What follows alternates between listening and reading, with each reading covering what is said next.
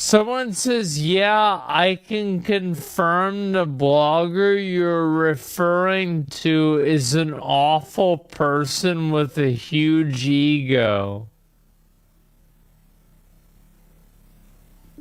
Oh, okay. She's referring to the fragile ego wannabe influencers, man. Oh my god. Amazing how these lowlights have nothing better to do with their time except circle jerk each other on TikTok. Now, for no apparent reason, take down another company, why don't you? So this is his other business that he's now calling in off the bench for this drama. I cannot imagine why he thought that'd be a good idea, but it's Black Label Paper.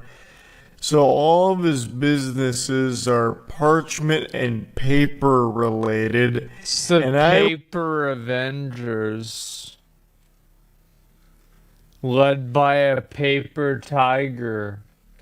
I would wager a guess that the quality of his product is most likely atrocious. Probably not even worthy to be toilet paper if I had to guess. So he goes, all you fucking losers need to stop messaging us about a fake TikTok account made by her and her dumb ass minions because her fragile little ego couldn't handle a couple smart ass comments on IG about skill set and money.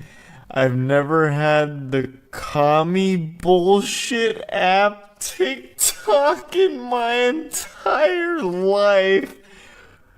A bold-faced lie. Also, why would you be posting this on your business account again? Like, your real customers that didn't know about any of this are now being made aware of it, and you look He probably doesn't even have, it's just how many people are probably following this account? Probably 400? The guy probably hate watches the sun. The guy probably all he does is hate watch things. Pathetic and all of it.